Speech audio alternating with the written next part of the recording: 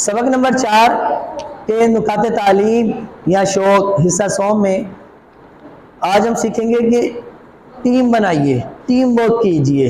क्या कीजिए? Team work कीजिए, टीम बनाइए। हज़रत अबू हुरैरा रज़ियल्लाहु ताला अन्हु से रिवायत है, रसूलुल्लाह सल्लल्लाहु अलैहि वसल्लम ने फरमाया, जो लोग अल्लाह के घरों में से किसी घर में जमा होकर अल्लाह की किताब की तिलावत करते हैं और आपस में एक दूसरे को उसका दर्स देते हैं, तो क्या होता है? उन पर अल्लाह रब्बुल इज़्ज़त की तरफ से सकीनत नाजिल होती है। सुकून, सकीनत अल्लाह की तरफ से उन पर क्या होता है? नाजिल होती है। रहमत अल्लाह की उन्हें ढांप लेती है। उन्हें क्या होता है? अल्लाह की रहमत ढांप लेती है।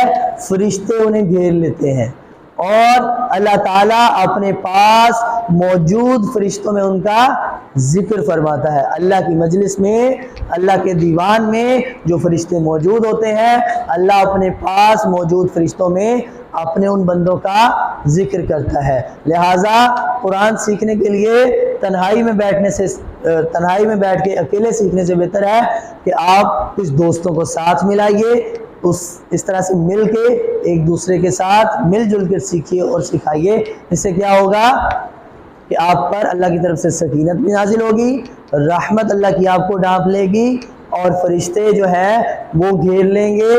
फरिश्ते घेरते हैं तो क्या होता है? वो आपकी बख्शिश और मग़फ़िरत की दुआ करते हैं, आपके लिए क़यामत के रोज़ गवाह बनते हैं और अल्लाह ताला अपने पास मौजूद फरिश्तों में जिक्र करता है कि देखो मेरे कितने अच्छे बंदे हैं, कुरान का जो है वो दर्स दे रहे हैं, एक दूसरे को सीख और सिखा रहे हैं। तो मिलकर बैठने के कुछ और फ़वाइद भी हैं। वो क्या है कि हर एक उसमें तालिब इल्म होता है। जब आप मिल के बैठते हैं, एक दूसरे को सिखा भी रहे होते हैं और हर एक दूसरे से सीख भी रहा होता है, तो हम हर एक उसमें तालिब इल्म होता है, क्योंकि सभी सीख रहे होते हैं। यानी कि अभी हम इस क्लास में हैं तो कुछ चीज़ें, कुछ बातें मैं आपसे सीख रहा हूँ और कुछ चीज़ें, कुछ बातें जो है वो आप मुझसे सीख रहे हैं। तो खैरुकुम मन तअल्लमल कुरान व अल्लमहु, उस पर अमल भी होता है। फिर हर एक उसमें टीचर होता है, क्योंकि हर एक अपने एक्शन से, अपने रिएक्शन से, अपने सवालात से क्या होता है? सामने वाले को सिखा रहा होता है। हर एक तालिब इल्म भी होता है और हर एक उसमें उस्ताद यानी टीचर भी होता है। पाबंदी होती है, उसमें क्या होता है? आप पाबंदी से सीखते हैं, बैठ के एक दूसरे को याद दहानी करवाते हैं। ठीक है जी, कि आओ, बैठना नहीं है, सीखना नहीं है, कोशिश नहीं करनी। अकेले बंदे पर शैतान का हमला ज़्यादा होता है।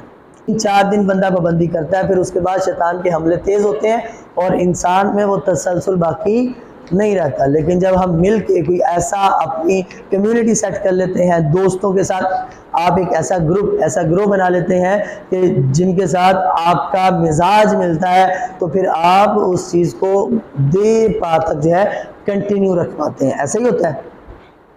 मिलकर बैठने के कुछ और फ़वाइद में ये भी आता है कि हमें हिम्मत मिलती है कि देखिए फ़लाँ कर सकता है तो मैं क्यों नहीं कर सकता।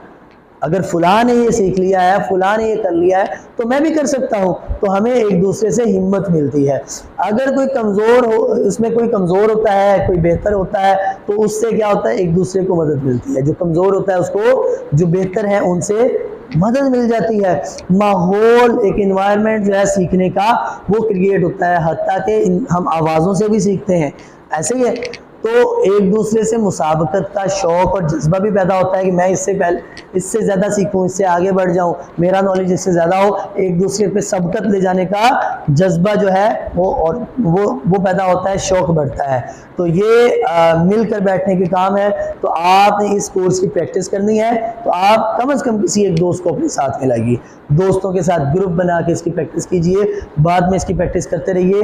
मैं आपकी मैनेजमेंट से दरख्वास्त करूँगा कि हफ्ते में एक दिन कम से कम आप अपने स्कूल में आप आधा घंटा 1 घंटा दर्स कुरान का रखें और उसमें ड्यूटी हो कि इस दफ़ा फ़लाँ टीचर जो है वो दर्स देंगी, अगले हफ्ते फ़लाँ टीचर जो है। इससे क्या होगा? आपके अंदर सीखने सिखाने का जज्बा पैदा होगा, आपके अंदर मुसाबकत का जज्बा आएगा, आपकी हिम्मत बढ़ेगी और ये सारी जो हमने फ़वाइद जिक्र किया है ये हमें हासिल होंगे इंशाअल्लाह अज़ीज़। तो ये हमारा आज का सबक नंबर 4 था। इस सबक के इख्तिताम पर हम 44 यानी 44 अल्फाज सीख चुके हैं और ये 44 अल्फाज कुरान पाक में 15,387 मरतबा रिपीट होते हैं। कुरान पाक में कुल अल्फाज कितने हैं? 78,000 کم و بیش۔ تو اللہ سے دعا ہے کہ وہ ہمیں قرآن کو سیکھنے، پڑھنے، سمجھنے، غور کرنے، یاد کرنے، عمل کرنے اور پھیلانے کی توفیق عطا فرمائے۔ سبحان اللہ و بحمدہ، سبحانک اللہم و بحمدک، نشہد ان لا الہ الا انت، نستغفرک و نتوب الیک۔ السلام علیکم ورحمۃ اللہ وبرکاتہ۔